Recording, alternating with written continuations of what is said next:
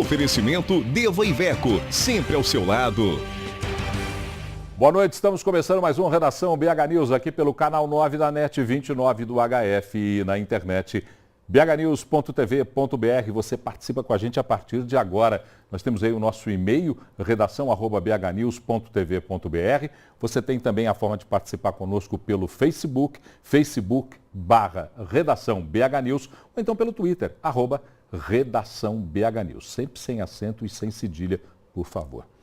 Hoje, quinta-feira, dia 10 de abril, nós acordamos com a notícia de que as taxas de juros cobradas nos empréstimos e nos financiamentos subiram. Os juros médios cobrados para os consumidores tiveram uma alta de 0,04 ponto percentual. Passa de 5,82 ao mês em fevereiro para 5,86% ao mês em março. Agora, no acumulado do ano é que a gente ouve o barulho grande, 98,05% ao ano. Imagine que o dinheiro que você pegou no começo do ano está quase valendo o dobro na hora que você estiver pagando lá no final. Por isso a gente tem que ficar muito atento, porque a alta foi a terceira do ano e a 10ª elevação seguida. Nós não víamos uma elevação dessa desde desde agosto de 2012. O cartão de crédito, como sempre, tem a taxa mais elevada nas linhas de crédito para a pessoa física. Então, se você vai entrar no cheque especial, vai entrar no cartão de crédito, pensa bem. Porque depois não adianta chorar. O arrependimento é caro, caríssimo. Terminou hoje no Expo Minas, em Belo Horizonte, a 14ª edição do Minas Trend Preview. Um evento que apresenta a moda mineira de uma forma diferente. É um evento voltado a negócios, ao aquecimento do setor fashion. E mostra o que nós temos de melhor na moda em Minas Gerais. O evento é promovido pela Federação das Indústrias de Minas Gerais e levou até o Expo Minas mais de 15 mil pessoas. Um evento que a cada ano se supera nos volumes, na presença das pessoas e no interesse de quem trabalha com o mercado da moda em Minas Gerais e no Brasil. Mas para falar sobre o Minas Trend Preview, está aqui nos nossos estúdios o superintendente de desenvolvimento empresarial da FIENG, Sérgio Lourenço, e Mari Michalik, que é consultora de imagem e apresentadora aqui na BH News do Fashion News. Isso Primeiro mesmo. eu queria saber, eu estou bem? Tá lindo. Então pronto, então tá já estou mais super alinhado. Então estou mais tranquilo, já conversando com a minha consultora de imagens, eu já fico mais tranquilo. Boa noite aos dois, muito obrigado pela presença dos dois. Boa noite. Eu que agradeço. Começo perguntando ao Sérgio a importância de um evento como esse, porque nós conversávamos ali fora e você me dizia que o Minas Trend Preview é o resultado de uma série de ações. Eu queria que você me contasse um pouco sobre isso. Ok, Paulo. O Minas Trend é um resultado na medida em que nós temos trabalhado numa estratégia maior, que é agregar valor ao processo produtivo da moda, ou seja, o quanto a moda pode ser valorizada a partir da capacitação do pessoal, a partir do desenvolvimento do método de inovação e criatividade na moda, agregação de valor através de novos materiais, novas soluções de processo produtivo, e a gente tem feito isso fortemente através do Senai, da contratação de consultores especializados que podem orientar as confecções. Enfim, a moda é uma entrega quando o Minas Trend acontece. Existe interesse do público? Você, Mari, que mexe com a moda o tempo inteiro, você está ligada no São Paulo Fashion Week, no Rio Fashion Week, que são eventos com características diferentes do nosso Minas Trend Preview. Exatamente. Mas existe interesse do público? O público da moda já se movimenta pensando no Minas Trend Preview? Olha, se o mundo da moda se movimenta, eu acho que o mundo da moda deve se movimentar onde a indústria funciona. Então, nada mais é a moda do que um outro negócio como outro qualquer. Então, não se movimentar é não se movimentar por uma cadeia produtiva. Então, eu acho que nós somos ainda referência na moda tricô, na moda festa, e nós temos ainda um diferencial e um glamour especial, não é, Sérgio? Comparado com outras grandes marcas no Brasil afora. É claro que existe a importância de cada um dos eventos, mas eu acho que ainda nós somos bem consolidados no segmento. Sérgio, volume de negócios. A hora que eu perguntei lá fora, você falou, não vou falar sobre volume de negócios, não. Mas como é que a gente pode entender o volume de negócios gerados pelo Minas Trend Preview? Nós não falamos em valor monetário porque o evento, na realidade, trata da coleção que vai chegar no ano seguinte aos lojistas, ao consumidor. Então, existe um período aí relativamente longo para aqueles pedidos que foram colocados no evento se concretizarem mesmo. E é óbvio que há entre comprador e vendedor uma negociação ao longo desse período para ajustes de volumes e etc. Então, falar de valor monetário seria arriscado e prematuro. O que nos importa é fazer a avaliação do percentual relativo sobre a edição do mesmo período do ano anterior frente a essa edição a cada ciclo que acontece. E isso nos faz entender se a moda está conseguindo de fato ser mais competitiva, especialmente a moda mineira, ou não. Né? O evento acontece 2 vezes por ano, uma Sim. vez agora e depois no segundo semestre, Exato. mais uma edição. Dessas 13 edições anteriores a essa, a 14ª, se comparada às 13 anteriores, já representa um sinal positivo nos negócios, no aquecimento das vendas? Sim, a gente faz uma avaliação de um período maior de tempo e uma outra de um período menor de tempo. O que eu digo quando eu falo de um período maior? O que é essa escala de crescimento no volume de negócios e expositores? O período menor seria comparar a última edição das mesmas estações, primavera-verão de 2013 com primavera-verão de 2014. Entender se houve acréscimo em relação a esse percentual relativo de expositores e de volume de negócios transacionados. Mari. Até dando desculpa, Claro. Ontem eu participei da feira como compradora, então eu fui consultora de uma loja que está abrindo e de uma outra que precisava fazer a compra. Mesmo que o volume não seja grande no período da feira, Paulo, existe hoje uma cautela de você sentir como vai ser o seu final de inverno, que é essa que está acontecendo agora. E aí, quando chega mais próximo do verão, mesmo que sobrecarregue às vezes as confecções, você faz os pedidos mais no final da temporada, mais em cima da temporada próxima. Então, assim, o volume nem sempre a gente consegue calcular das pessoas só no momento da feira, porque é um processo longo e que e projeta muito para frente, né? Mas um termômetro a gente consegue sentir. A temperatura e a pressão a gente consegue medir. Sem dúvida, Paulo. Eu acho que cabe aí também um detalhe maior sobre o que é esse ambiente de negócios do evento, na medida em que ele trabalha a moda sobre encomenda. Ele não é um evento de pronta entrega, né? Então, para o nosso telespectador, a pronta entrega é um negócio de ciclo rápido, né? É aquele produto que precisa estar nos lojistas de imediato. E o produto de encomenda é aquele que vai chegar na estação seguinte ou no horizonte de tempo maior ainda. E o evento é ancorado nessa questão, então, da encomenda. Você tocou nesse assunto e a dona Elizabeth, que falou comigo hoje no telefone pela manhã, me pediu para te perguntar o seguinte. Ela é consumidora final, ela vai lá na loja comprar. Então, ela não teve acesso ao Minas Trend Preview. Mas falou, pergunte para a Mari, para mim, por favor, se lá as tendências já foram delineadas. Se alguma coisa já foi apresentada que indica um sinal do que será a moda primavera-verão em Minas. Sim, de termos gerais, o alaranjado vem forte, o azul mais aquamarine vem forte também. Eu acho que o desfile desse ano da Vivaz na moda festa mostrou bem pra gente uma concepção nova. Então a moda festa, não só a moda festa total glamour, mas a intermediária também. O que eu acho que é uma inovação muito grande que a gente está fazendo esse ano, especialmente.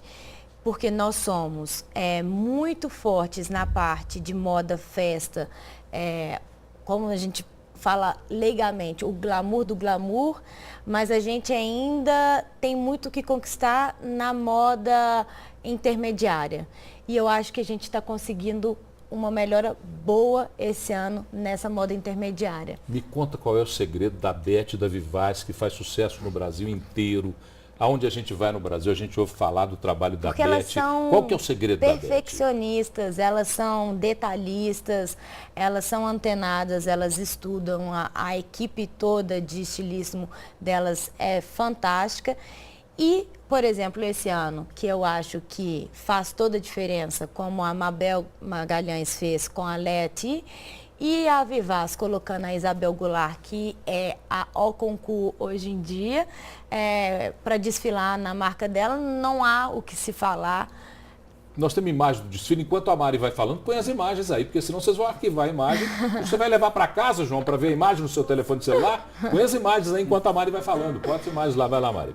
O mais interessante é que a moda, ela tem que gerar a vontade na pessoa. Então você tem que haver uma identificação de quem que usa aquilo. Aquilo é importante para quem. E eu acho que cada vez mais nós temos presenças importantes no nosso fashion show. E especialmente falando do desfile da Vivaz com a Isabel Goulart, eu acho que a gente se coloca num patamar muito respeitável no âmbito da moda nacional. No Brasil inteiro. Sérgio, o crescimento do setor em números, como é que vocês monitoram isso? Porque Minas Gerais, nos anos 70, bombava, né? Vamos usar um termo da moda, bombava no cenário brasileiro. Era a referência das referências. E aí perdeu um pouco essa expressão e o Grupo Mineiro de Moda se movimentou para tentar refazer essa mesma expressão Sim. que tinha. Qual é o crescimento desse setor em números? Olha, eu diria complexo falar desse crescimento na medida em que a gente fala de uma cadeia produtiva envolvida, né? Onde você tem nas marcas, nas grifes, a entrega de toda uma cadeia produtiva. Você vê a moda com todos os seus elos. Você tem a parte de bijuteria e joias, você tem a questão dos calçados e acessórios e o próprio vestuário, né?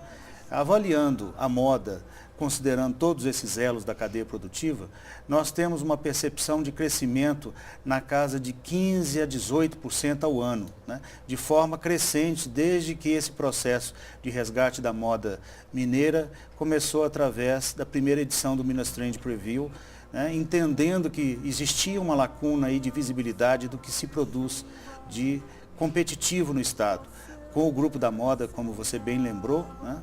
E a necessidade da gente ter um ambiente de negócios efetivo. Porque, como a Mari dizia anteriormente, a moda tem duas frentes de trabalho. Você tem a questão da moda conceito, né, que é uma moda considerada pelo consumidor como extravagante, como inaplicável no dia a dia, né, e a moda comercial, que é aquela que de fato já chegou ao produto de consumo.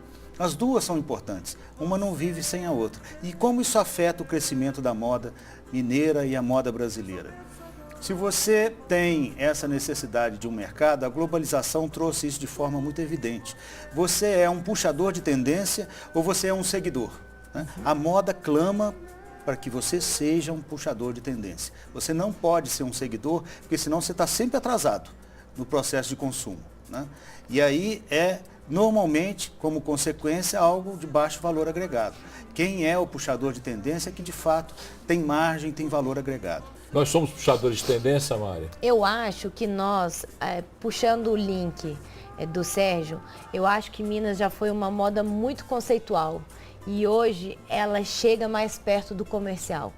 Isso responde a sua pergunta que cada vez mais que a gente consegue fazer o glamour conceitual no desfile de entrada, que é esse que todo mundo viu, mas conseguir vender e produzir o comercial. E é isso que eu acho que cada vez a moda mineira está alinhando mais. Então, da gente conseguir vender referência e não simplesmente o conceito do que é belo, que é extravagante, mas daquilo as pessoas leigas falam, e agora eu faço aqui. Como é que eu vou usar isso? Como é que eu vou usar? Ou então é muito pouco usado também e logo muito pouco comercializado. Fazendo um complemento à observação da Mari, eu acrescento a questão desse mercado globalizado da moda, né? Por algum tempo, a China, em função de escala, preço, né, entendeu que ela seria um vetor na moda importante pelo baixo custo que ela tem de produção. Mas a conclusão foi óbvia. Sem a identidade de origem, sem essa moda que remete a uma cultura, a uma tradição, a um jeito de ser, né, ela não tem esse valor agregado. E aí é o que nós chamamos de moda pasteurizada. Né? Uma moda que tenta ser globalizada e não tem identidade. Tear down na moda não funciona. Não funciona. Uma pergunta a respeito do mundo globalizado. Nós estamos aí nas vésperas da Copa do Mundo, esperamos aí a visita de 600 mil turistas e o prefeito de Belo Horizonte, numa atitude muito lúcida, já disse que o comércio não fechará durante a Copa do Mundo, uma atitude lúcida do prefeito, capitaneado por um pedido da CDL-BH. Nesse movimento do Minas Trend Preview, privilegiou-se a informação para que os estrangeiros já venham preparados com um pouco do sabor da moda de Minas? Sem dúvida. O trabalho que a gente tem em parceria com a Apex, né, de trazer os compradores, jornalistas e formadores de opinião internacionais para conhecerem ou então validarem a moda que é produzida aqui em Minas, nos dá a certeza de que eles estão levando isso para o seu país de origem, entendendo que o turista desse país estará aqui em junho e julho, né? E terá a oportunidade de conhecer essa moda, sabendo que no retorno ele terá no seu país de origem essa marca que ele encontrou aqui, se as compras efetivamente acontecerem por esses compradores que nós trouxemos nessa última edição. São cerca de 17 países que participam desse processo de compra internacional e a gente aposta nisso na certeza que isso atinge diretamente algumas marcas que já têm a cultura da exportação e certamente sensibiliza as marcas que ainda não apostaram no mercado externo. Finalizando, Mário, o que a gente espera para a próxima edição, aquela que vem no segundo semestre? Qual a tua expectativa como uma pessoa extremamente envolvida no mundo da moda? Qual a expectativa em qual para a sentido? próxima edição, edição do próximo semestre, a segunda edição do Minas Trend Preview, que conta a história da moda outono e inverno do ano que vem. Qual que é a minha expectativa de como virá? De como virá, da expressão que a Minas Trend Preview vai adquirindo e adquire a cada vez mais tempo. Eu acho que ela vem mais sóbria. Eu acho que o ano de 2015... o ano de 2014 ele tem a leveza da Copa do Mundo e ano que vem a gente sabe que até economicamente não se trata de um ano fácil, porque começar tudo de novo, seja por quem for, não é fácil. E eu acho que a moda expressa isso muito nitidamente. Então, com certeza vem uma moda muito mais fechada, muito mais sombria, muito mais carregada. Então a moda e a arte expressam a vida simultaneamente. Claro, claro. Esse é o grande segredo da moda, né? A gente expressa aquilo que a gente está sentindo. É um reflexo do que está acontecendo na sociedade sempre. Perfeito. Agradecer Sérgio Lourenço, que é superintendente de desenvolvimento empresarial da FIENG. Muito obrigado por ter atendido o nosso convite de estar aqui conosco. E Mari, muito obrigado a Mari, que faz o Fashion News e que quando eu convidei veio com uma tranquilidade. Muito obrigado aos dois. Uma ótima noite para vocês. Obrigada, boa noite. Agradecemos. Vamos dar um pulinho aqui na redação. Renata Dario. Olá, Renata, boa noite. Vamos falar de Minas, vamos falar do Brasil. O que está acontecendo em Minas e no Brasil hoje? Boa noite, Paulo. Boa noite a todos. Vou começar com uma matéria do Hoje em Dia. As empresas de ônibus de Belo Horizonte ameaçaram cortar 2.000 viagens por dia caso o aumento das tarifas não aconteça. Eles estão ameaçando também não realizar a ampliação do MOVE prevista para esse sábado, dia 12. Mas aí, agora há pouco, o Tempo também publicou que o Ministério Público entrou aí nessa discussão após essa notícia. O Ministério Público de Minas Gerais emitiu uma nota que afirma que, caso isso aconteça, seria uma quebra de contrato grave relativa à prestação de serviços que são obrigadas. Isso pode resultar até na rescisão do contrato de concessão. Olha, Renata, ontem eu falei e vou voltar a repetir, já conversamos sobre isso. Se os empresários de ônibus acham que com ameaças irão resolver a questão de uma planilha que não está clara, porque me parece que os estudos feitos pela consultoria contratada não apontam para o aumento que foi concedido, parece que essa é a verdade dos fatos. Se os empresários acham que eles vão fazer queda de braço com a população da cidade, estão extremamente enganados, na minha opinião. As ruas já deram o recado, lembrem-se de julho do ano passado. Lembrem-se de julho do ano passado que foi dito nas ruas, o que está sendo pedido. É preciso que o empresário tenha sintonia com a vida das ruas do mundo, da cidade onde ele é empresário. Agora, ficar com queda de braço, dizer que vai tirar de circulação 2.000 linhas, que não vai comprar ônibus Promove, eu acho que isso não é, no mínimo é pouco lúcido, para não dizer outra coisa. Com você, Renata. Paulo, agora eu vou falar de uma notícia bem triste. Ontem, logo antes do jogo do Cruzeiro pela Copa Libertadores, um adolescente de 14 anos foi atropelado no caminho para o Mineirão. O acidente aconteceu na Antônio Carlos, no cruzamento com a Abraão Caram. Hoje, o motorista do carro se apresentou à polícia, confessou que foi ele quem atropelou o adolescente. O homem tem 31 anos. Ele foi autuado por homicídio culposo e, segundo testemunhas, o veículo estava em alta velocidade. A matéria é do em.com. Que absurdo, né? Gente, esse negócio do motorista, alta velocidade, eu vou aqui fazer uma confissão clara. Eu não costumo lidar com falsidades na hora que falo sobre o que fiz na vida, não. Eu já fui dos motoristas rápidos, daqueles que corriam de maneira desembestada pelas ruas da cidade. Só que a gente vai começando a ver que muda o hábito das pessoas. Nós não temos mais como viver da forma que vivíamos nos anos 60, nos anos 70. Nós mudamos e evoluímos. Afinal de contas, nós queremos uma sociedade que evolui. E é preciso que o motorista tenha a consciência de que ruas da cidade têm limite de velocidade, 60, 40, está lá escrito aí. Não dá para você imaginar que alguém vai andar na Antônio Carlos a mais de 70 por hora. Mesmo que ela esteja vazia, ela não é pista de corrida. Né? Numa curva da Fórmula 1, o cara anda 90, 95. Por que o cara vai andar a 70 na Antônio Carlos ou mais de 70? Renata, mais alguma informação? Sim, para balancear, vou fechar com uma informação boa agora. Foi inaugurado hoje em Lagoa Santa o primeiro banco público de cordão umbilical e placentário de Minas Gerais. Ele vai ter capacidade para 5.000 bolsas e começa a receber doações de cordões já em setembro deste ano. Além do banco de cordão umbilical, o local também vai contar com bancos de medula óssea, de pele e de sangues raros. A matéria é do G1.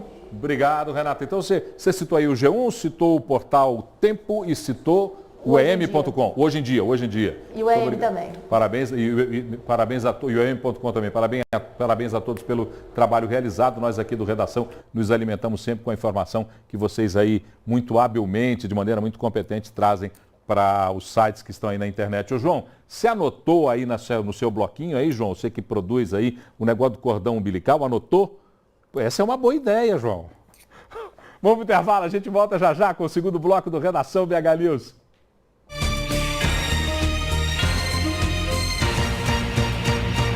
Oferecimento Deva Iveco, sempre ao seu lado. Radec.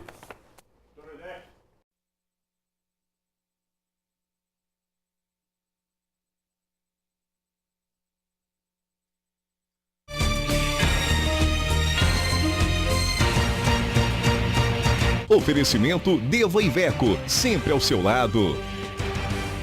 Faltando 2 minutos para as 7 da noite, nós estamos com o segundo bloco do Redação BH News, canal 9 da NET 29 do HF, ou então pela internet bhnews.tv.br.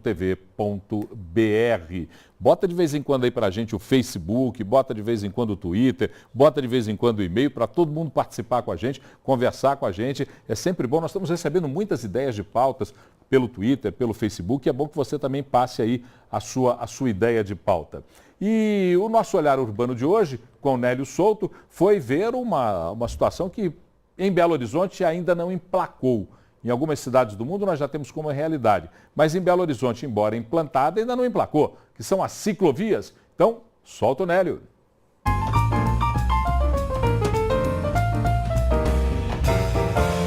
O Olhar Urbano de hoje vai falar sobre as ciclovias em Belo Horizonte. Há uma tendência internacional, universal, que incentiva o uso da bicicleta para as pessoas se locomoverem, principalmente nos grandes centros, nas grandes cidades, onde o trânsito é um grande problema. Em Belo Horizonte, seguindo essa tendência, essa linha de outras cidades mundo afora, vem criando algumas práticas, algumas obras para favorecer a vida do ciclista. Foram criadas várias ciclovias. Desde o ano passado, um projeto de lei já previa a construção de várias ciclovias. Menos da metade do que se previa nesse projeto foi de fato executado, porém, um maior problema, mais do que o número de ciclovias, até porque Belo Horizonte a gente entende que o relevo, né, não favorece, é a relação, o uso dessas ciclovias e a relação que as pessoas, os motoristas e os pedestres, estão tendo com a ciclovia e com o ciclista, porque não faz muito parte, né, da nossa cultura, do nosso dia a dia, dividir ali um espaço com o ciclista,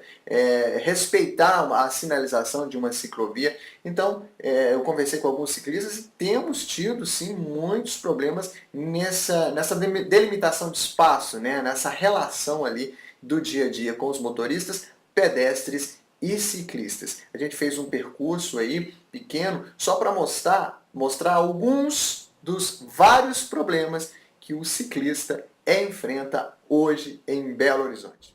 Não, e vocês viram alguns desses problemas, né? Vocês viram que o ciclista estava andando, tinha um caminhão descarregando bebida. Né? Olha que eu falo a marca, hein? Eu vou falar a marca da bebida, depois dá desprestígio para o cara, né? E isso a gente vê comumente. Outro dia na Pampulha fizeram um passeio, uma meia maratona, e olha, ele andando pela ciclovia, e ele depara com um caminhão de bebidas fazendo entrega. Ele tem que sair da ciclovia. Então, para que tem ciclovia, né? Ou então, por que não tem fiscalização? A BH Trans gosta tanto de fiscalizar, por que não fiscaliza as ciclovias, hein, BH Trans? Vocês podiam atender a gente primeiro também e fiscalizar as ciclovias depois. Ficaria muito mais fácil a relação com a BH Trans. Mas eu queria falar com o Sérgio Missiora agora. Sérgio, tudo bem, Sérgio? Tranquilo? Bota o Sérgio no Skype para eu olhar, enxergar o Sérgio e conversar com ele. Já tá. Aí, Sérgio, agora eu estou te vendo. Tudo bem, Sérgio? Tudo bem, tudo ótimo. Ô Sérgio, você viu aí na nossa matéria, nós mostramos aí as ciclovias sendo impedidas por caminhões de entrega de bebidas, por motos, por carros. Outro dia, num passeio dessas maratonas na Pampulha, uma tenda da organização foi montada em cima da ciclovia. Como é que a gente pode entender, você que discute tão bem o meio ambiente e o urbanismo, como é que a gente pode entender que se dá um equipamento, mas se não se opera esse equipamento de maneira adequada? Pois é, sem dúvida a questão passa também uma mudança cultural. Nós ainda não temos em Belo Horizonte a cultura da bicicleta, muito menos a infraestrutura adequada. Agora, analisando alguns casos, inclusive mundiais, a gente se surpreende, como cidades, por exemplo, como Copenhague, na Dinamarca, né, se sobressaiu no uso de bicicletas, ou Amsterdã, e que são cidades, né, que tem inclusive um período do ano com um clima muito frio, mas que hoje já tem a cultura e a infraestrutura adequada para a utilização de bicicletas. Muitas pessoas falam que Belo Horizonte não teria nem a cultura, nem a infraestrutura, e muito menos a topografia. Mas eu acredito que, desenvolvendo trechos, aproveitando a própria declividade natural do terreno e implantando aqueles sistemas de compartilhamento de bicicleta, eu acredito que a gente possa, sim, aos poucos, introduzir a cultura da bicicleta na nossa cidade. Estava assistindo a um desses programas que esses canais de Discovery, um desses estava passando, sobre a Colômbia e fazendo uma reflexão sobre o que foi feito em Bogotá, na Colômbia, com a criação de grandes avenidas e com corredores para bicicletas e para que as pessoas possam andar por esses corredores. É difícil se implantar alguma coisa em Belo Horizonte que não tem um traçado que pode até prejudicar alguma coisa desse sentido, ou é fácil, basta querer? Bom, fácil não é, senão já estaria pronto. Agora, sem dúvida, há muito que ser feito, não só em termos de ciclovia, mas também em banheiros e sanitários, em estacionamentos para bicicleta, numa infraestrutura que ultrapassa a ciclovia propriamente dita. Ou seja, as estações de integração de modais de trânsito, como o BRT, como o metrô, já podem trazer estacionamentos para bicicleta. As grandes empresas já podem trazer estacionamentos. E com isso também, uma cultura de valorização do ciclista. Então, colocando sinais prioritários para o trânsito de ciclista, faixas segregadas, né? E um padrão de conexão durante a cidade. O que eu percebo hoje é que a nossa cidade já tem, né, praticamente 50 quilômetros de ciclovias, mas muitas delas ainda não formam um circuito e estão em diferentes modelos. Tem algumas que estão junto do passeio, outras estão entre o passeio e o estacionamento dos veículos, né? E também, junto com isso, sem dúvida, a necessidade de um programa de educação para o trânsito, de educação em relação ao ciclista, né? Que passa a ser mais um componente dentro do nosso sistema de trânsito e transportes. Ok, e você vê a possibilidade de, num curto ou médio espaço de tempo, essa discussão envolver a sociedade e a gente conseguir botar as ciclovias para valer em Belo Horizonte? Eu, sinceramente, acredito que é possível sim. Basta a gente perceber que o número de ciclistas tem crescido a cada período. Não só ciclistas de lazer, por exemplo, na saída para o Rio de Janeiro, próximo daqueles condomínios como o Retiro das Pedras, basta a gente chegar no sábado de manhã ou no domingo de manhã, são milhares de ciclistas, né, que já utilizam isso como lazer. E a própria cidade, aos poucos, ela vai adquirindo essa cultura. Agora, uma política de incentivo ao uso de bicicleta seria muito bem-vinda. Então, a infraestrutura o poder público pode proporcionar. Agora, os equipamentos acessórios, a própria sociedade pode contribuir, como eu disse, fazendo estacionamentos de bicicleta nas empresas e um programa de incentivo ao ciclismo. Esse programa pode se traduzir em diversas políticas, né? Inclusive políticas de incentivo propriamente dito, às vezes incentivo até econômico, para que a gente possa acelerar esse processo de aculturamento do uso da bicicleta. Agradecer ao Sérgio Missiora, arquiteto, ele que participa com a gente quase sempre aqui nessas conversas e que tem uma enorme boa vontade em nos atender. O Sérgio, você já sabe que você é cadeira cativa aqui.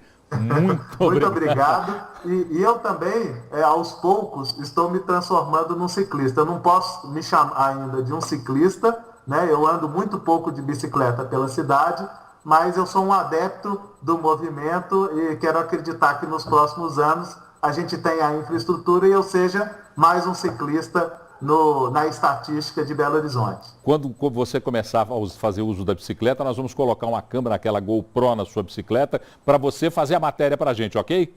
Ok, eu fui um pouquinho preguiçoso, eu comecei com uma bicicleta elétrica, também é uma experiência muito bacana na nossa Belo Horizonte de topografia acidentada. Ok, grande abraço, Sérgio, uma boa noite, muito obrigado. Um abraço, boa noite. Barroso, do ciclismo para a bem. política.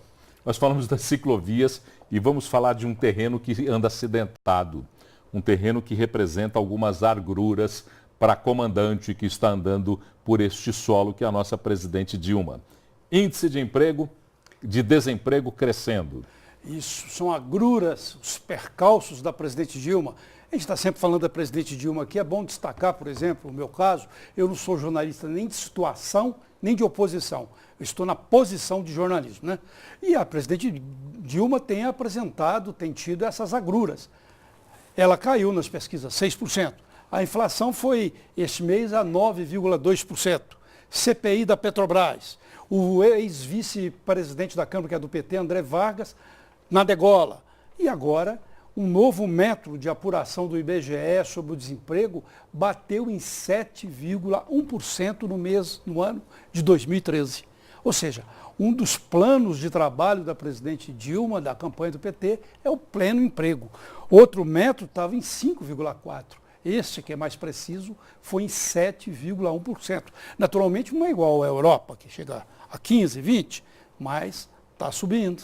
E preocupa. Preocupa. Preocupa particularmente por conta dos programas a inflação, da presidente. O desemprego aumentando.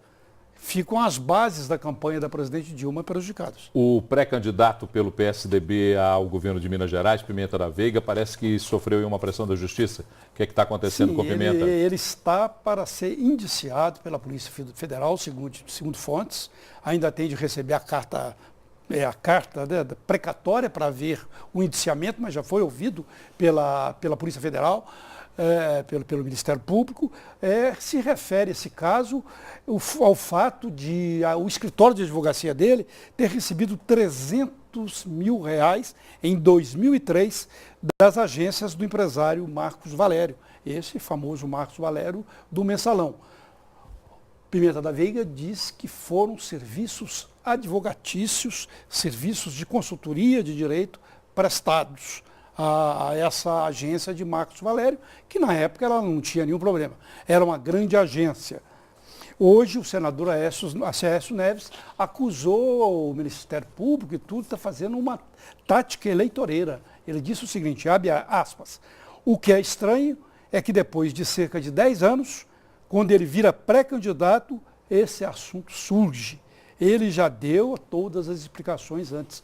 Fecha aspas, disse Aécio Neves. Para fechar, e a gente fecha a nossa conversa Só complementando hoje. isso, para não ficar só de um lado, a gente tem que lembrar também que o outro lado, o candidato do PT, Fernando Pimentel, também tem indiciamentos do olho vivo em algumas suspeitas aí de consultorias, né? Bem lembrado. Agora, falando de uma outra situação que preocupa os moradores de uma cidade aqui da região metropolitana de Belo Horizonte. Um dia tem um prefeito, outro dia tem outro prefeito. Um dia tem uma liminar, outro dia aparece uma liminar contrária. Como é que está a situação de Nova Lima? Nova Lima está difícil. O morador, conversei hoje com um morador de lá, e disse o seguinte, nós estamos no mato, sem prefeito. Ou então com excesso de prefeito, né? Com dois, né? Dois prefeitos. A gente recebeu aqui a presença do deputado Vitor Penito, que deveria assumir pela justiça, mas não assumiu. E lá está acontecendo o seguinte, um dia o prefeito de manhã é o Cassinho, que é o prefeito cassado. De tarde, chamam a polícia, porque algum liminar e tudo, tiram o Cassinho e entra o outro prefeito, que é o presidente da Câmara, Nélio Aurélio. E eles dizem que nesse período que o Nélio Aurélio fica, também PMDBista, igual o Cassinho, o período que ele fica lá na prefeitura, ele está canetando mesmo. Está fazendo agindo contrato, está agindo, está demitindo, está admitindo, está fazendo aquele trabalho próprio de prefeito. A população acorda, segundo essa fonte, se perguntando toda manhã, quem é o prefeito do dia? Onde está o Oli? Onde está o prefeito de Nova Lima? Ou quem é o prefeito de Nova Lima? Rosão, um abraço. A hora que a gente tem que correr, e eu sei que você também tem uma consulta médica agora. Vamos para o intervalo? Vamos para o intervalo, a gente volta já com o próximo bloco do Redação BH News. Agora são 7 horas, 11 minutos, nós voltamos já.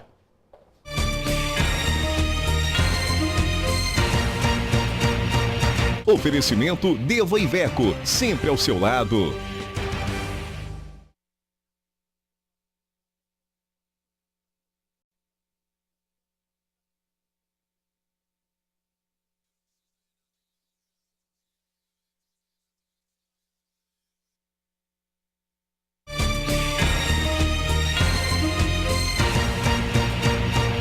Oferecimento Deva Iveco, sempre ao seu lado.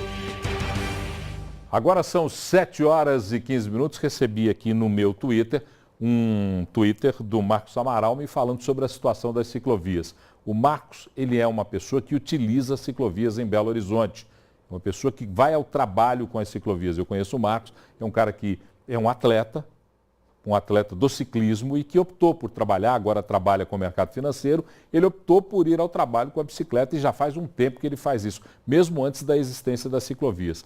E o Marco está dizendo o seguinte, fazer a ciclovia, só demarcar as ciclovias, Paulo, não adianta nada.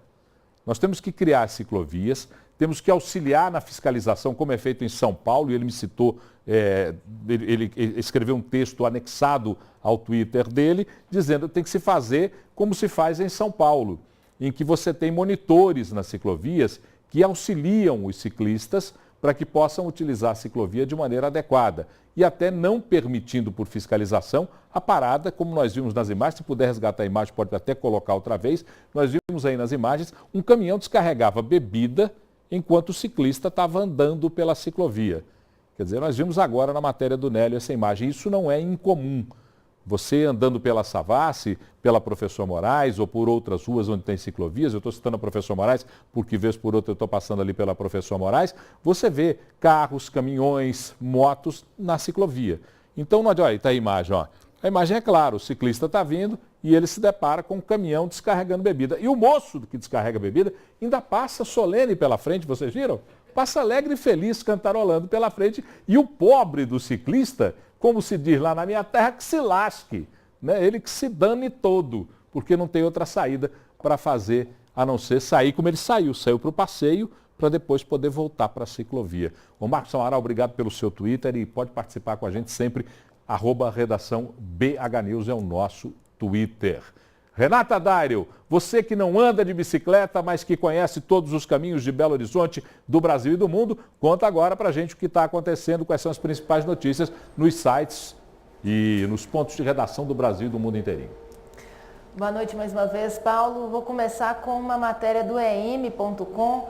Hoje começou uma grande greve lá na Argentina, que afeta o transporte público, também afeta o funcionamento de hospitais, escolas, bancos e vários setores da economia. E também afeta os voos que partem do Brasil para a Argentina, para Buenos Aires, inclusive os que saem de Belo Horizonte. Então quem tem aí uma viagem agendada para Buenos Aires tem que ficar atento se o voo vai sair, vai conseguir pousar lá em Buenos Aires ou não. Tá vendo, Renata? Eu estou sabendo aqui, tá aberto meu microfone? Estou falando, Renata, tá me ouvindo? Tá me ouvindo, Renata? Sim. Tá ok? Tá aqui o Bruno Garcês, que vai entrar daqui a pouquinho para falar para a gente sobre os jogos da Libertadores, mas ele estava me falando que o time do Botafogo, que jogou contra o São Lourenço de Almagro ontem, jogou contra o São Lourenço de Almagro, foi desclassificado da Libertadores, tomou três coquinhos, levou o Botafogo. Aliás, só restou Mineiro e Gaúcho, né, na Libertadores. Os dois times de Belo Horizonte e o Grêmio. O resto virou resto. Mas ele estava dizendo aqui para mim que o time do Botafogo está preso até agora em Buenos Aires por conta da huelga, da greve que acontece lá em Buenos Aires, que está provocando o cancelamento de voos. Mais informações, Renata? Sim, agora uma informação do Hoje em Dia. O governo desistiu de encaminhar ao Congresso um projeto próprio de lei para conter a violência em protestos e durante as manifestações previstas para a Copa do Mundo, e vai endossar a proposta do senador Pedro Taques, que já está pronta para ser votada na Comissão de Constituição e Justiça do Senado.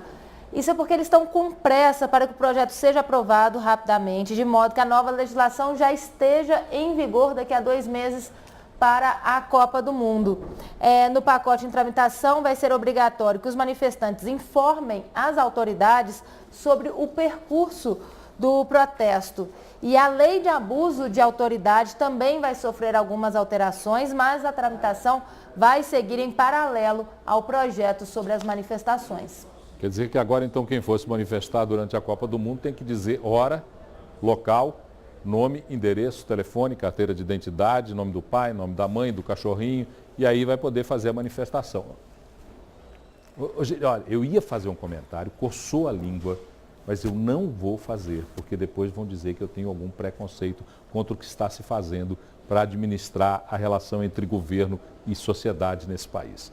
Então não vou falar, vou morder a língua de dor, mas tenho uma vontade danada de falar. Vai lá, Renata. Agora, uma matéria do Tempo bastante preocupante também, Paulo. 9 em cada 10 obras de saneamento básico do PAC 2 ainda não foram concluídas. Dos 7.234 empreendimentos previstos para essa segunda fase do PAC, apenas 886 foram concluídos, pouco mais de 12%. E do total de iniciativas que ainda estão em fase de contratação, ação preparatória ou licitação, é de 2.541. Bom, então o PAC está virando PDC, Programa de Desaceleração do Crescimento, porque não anda, não consegue acelerar, em vez de acelerar, pisam no freio o tempo inteiro. O problema, sabe o que é? Obra pública no país tem estigma, e estigma que é calçado na realidade do que se viu até hoje com a obra pública. As licitações são vergonhosas, o volume de corrupção que se gera nas obras públicas é enorme, a sociedade já está escaldada de tanta notícia ruim, um volume de corrupção é sobreposto pelo outro no dia seguinte, e isso não tem partido político não, isso não tem ideologia não, todos aqueles que botam a mão no poder, botam a mão na corrupção. Isso é de uma infelicidade tão grande para a nossa história como povo, como nação, e nos entristece tanto, que a gente vê o Programa de Aceleração e Crescimento era uma ideia fantástica, onde o governo distribuiria, através de um calendário de obras previstos pelos próprios governadores e prefeitos, a possibilidade de crescer e desenvolver o país. O que aconteceu? Você está vendo aí, desaceleraram. Mais alguma coisa, Renata? Daqui a pouquinho eu volto com o Tá na Mídia. Daqui a pouquinho você volta com o Tá na Mídia. E quem chega agora, bota a vinheta porque o Bruno está chegando. Não tem vinheta? Então vem sem vinheta, Bruno. Vem sem vinheta. Bruno, eu peço a vinheta, não E a tem chamada vinheta. Não tem, melhor. tá aqui, o Bruno tá aqui. Futebol. Pronto, eu já falei, fiz a vinheta. Tá aqui o Bruno para falar com a gente sobre futebol. Isso. O negócio é o seguinte, programa ao vivo, Bruno. Isso. É adrenalina, é estresse. O João Paulo, que é o nosso produtor, chegou aqui cabeludo. Ele chegou aqui, parecia o Axl Rose nos bons tempos. E o cabelo está caindo pelo desespero que ele Que se dó do encontra todo João. dia. Coitado do João. Diz que Além- emagreceu 3 quilos, falou Mas pra mim você hoje. transpira muito nessa correria de Não, ele produção, falou que emagreceu 3 quilos. Eu Tá trabalhei- fazendo spa. Eu trabalhei com cajuru já, é complicado. Eu também já corri Agora, muito. vamos falar um pouquinho sobre o jogo de ontem primeiro. É. O Cruzeiro ontem deu um chocolate no Garcilaso. Podemos dizer no primeiro tempo, né, Paulo? Acho que o primeiro tempo o Cruzeiro foi impecável. Tem uma entrevista do Foi- Leonardo Silva, foi- então vamos antes ouvir. Vamos ouvir, Paulo, Fox. Acabou, saiu. Então tem imagens imagens da Independência, agradecer uma cortesia da Fox Sports, a Fox que transmitiu até agora a partida entre Atlético e Zamora, né? Uma cortesia da Fox conosco. Um grande abraço ao Zerbino, ao pessoal da Fox que nos cedeu essas imagens. Está aí o Guilherme falando, vamos ouvir o que o Guilherme fala rapidinho. Estão ouvindo? Estamos sem áudio? Então tá, deixa pra lá. Vamos falar com o Bruno aqui. Bruno tá lá o Guilherme falando. O Grande Atlético, jogador, o Atlético jogou bem o Guilherme hoje, né? No momento eu Jogou estou muito bem, né? feliz de uma forma tardia, porque ter conseguido só no último ano de contrato desempenhar o futebol que eu gostaria, mas todos sabem que os outros anos eu não consegui por conta de lesões, e quando a gente tem uma sequência melhor, dá para render melhor também. Mas você está querendo dizer que você não vai continuar no Atlético? Não, não é isso. Eu digo que mesmo com uma forma tardia, porque eu poderia ter tido atuações assim antes, mas por conta de lesões, falta de ritmo, eu não consegui.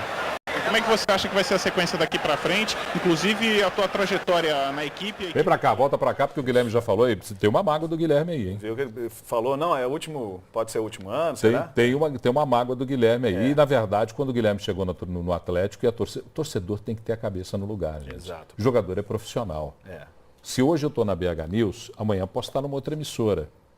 E lá eu tenho que ser reconhecido como profissional da outra emissora. O jogador do mesmo jeito.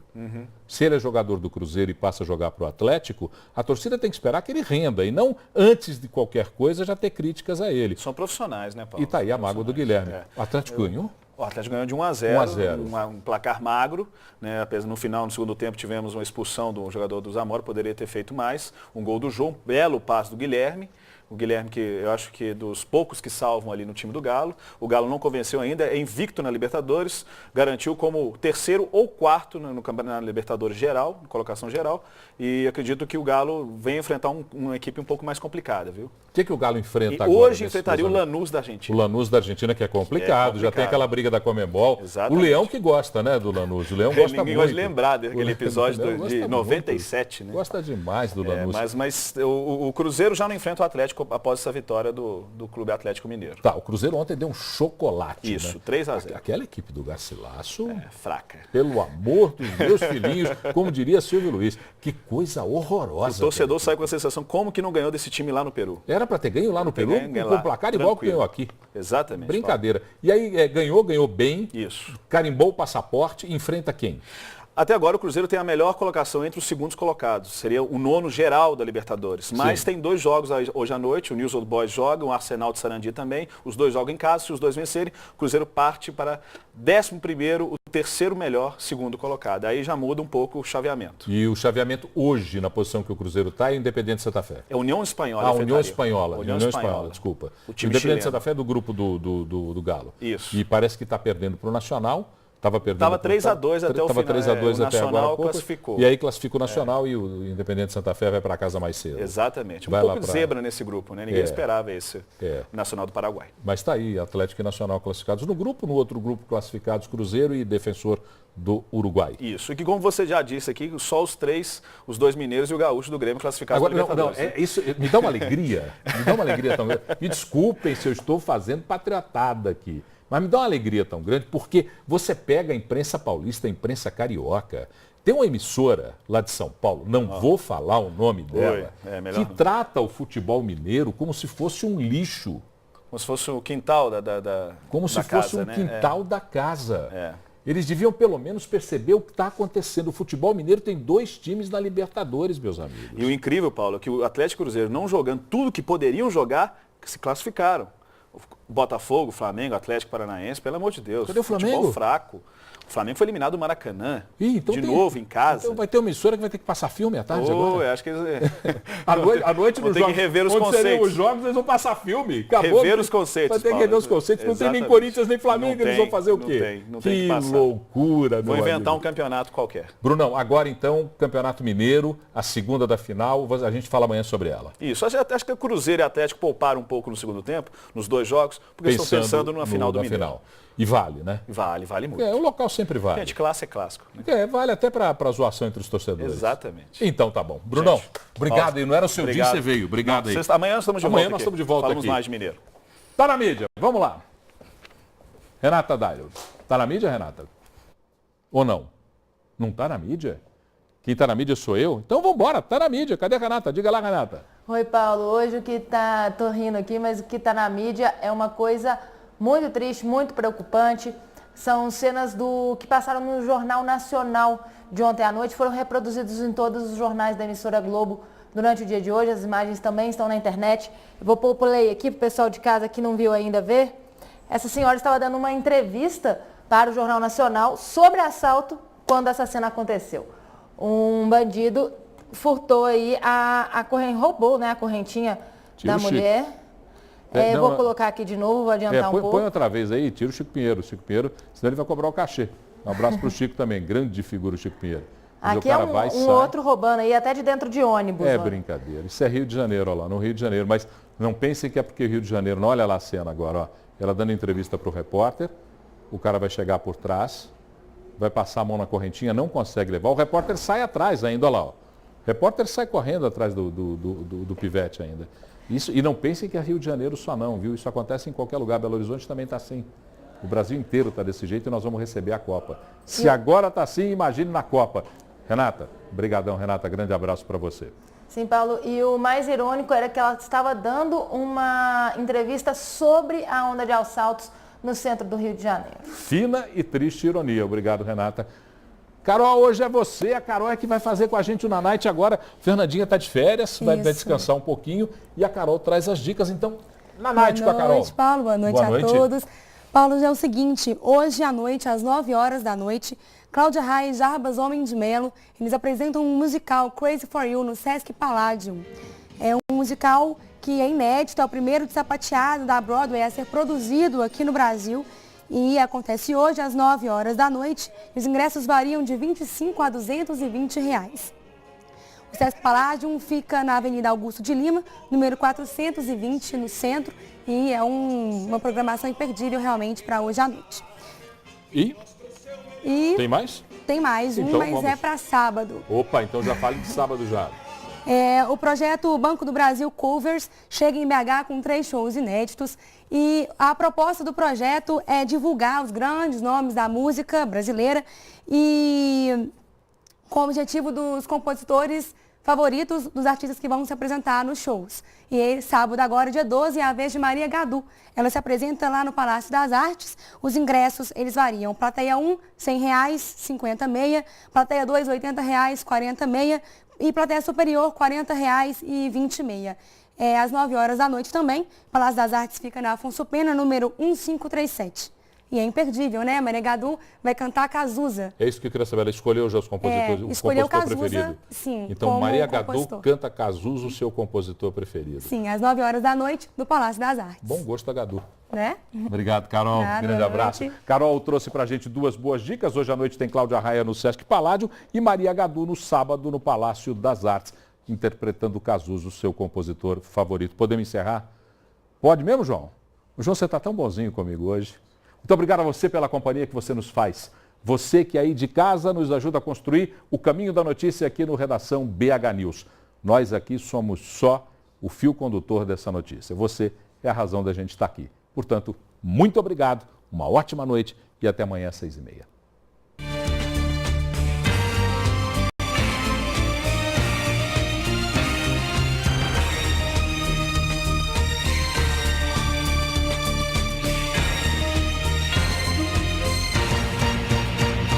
Oferecimento Deva Iveco, sempre ao seu lado.